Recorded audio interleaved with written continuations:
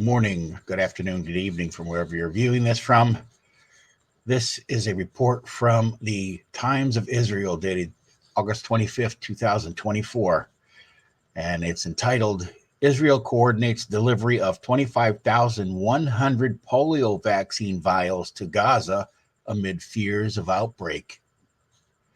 Vials enough to inoculate 1.25 million people, over half of Gaza Strip's population, as aid groups call for week-long truce for vaccination drive following first case of polio in 25 years.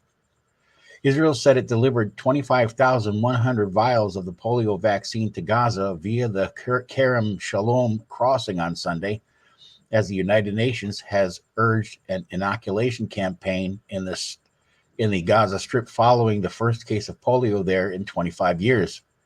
The vaccines will be enough to inoculate 1,255,000 people, just over half of the Gaza Strip's population, according to COGAT, Israel's civilian coordination agency for the Palestinian territories, which released footage of the delivery. COGAT said international and local medical teams will administer the vaccines in various locations over the coming days to children who have not yet received a dose, as part of the routine humanitarian pause that will allow the population to reach the medical centers where the vaccinations will be administered. The World Health Organization and UNICEF, the UN Child Welfare Agency, have said that fighting in Gaza must pause for at least 7 days to vaccinate some 640,000 children. The agency say the campaign will be carried out in every municipality in Gaza with help from 2,700 workers. COGAT has vowed a joint effort with the international community to combat polio in Gaza. On Friday, 5 trucks brought into this Gaza Strip equipment to store and transport the vaccines, COGAT said, adding that it had coordinated the delivery with UNICEF. So-called cold chain components, such as refrigerators, arrived Wednesday at Ben Gurion Airport near Tel Aviv, AFP reported on Thursday.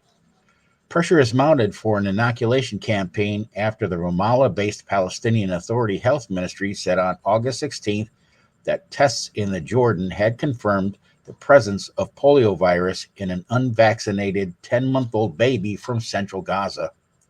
Other polio cases are suspected across Gaza after the virus was detected in wastewater in 6 different locations in the Strip in July. Polio is highly contagious and transmits mainly through contact with a contaminated feces, water, or food. It can cause difficulty breathing and irreversible paralysis, usually in the legs. It strikes young children in particular and is sometimes fatal.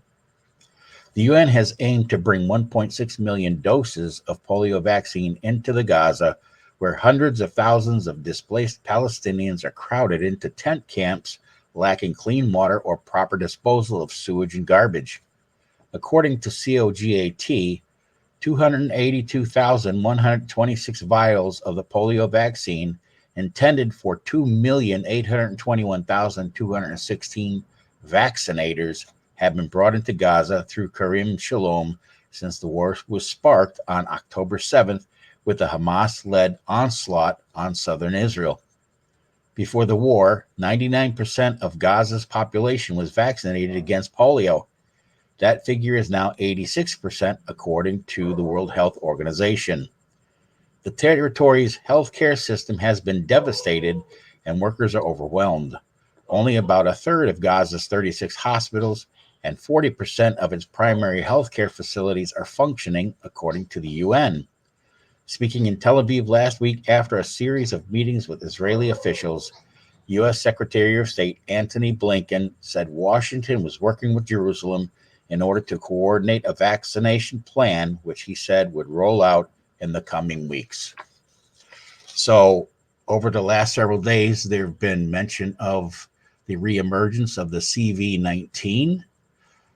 Then, of course, the old Mpox that has been determined to be an international crisis. And now this. What will be next?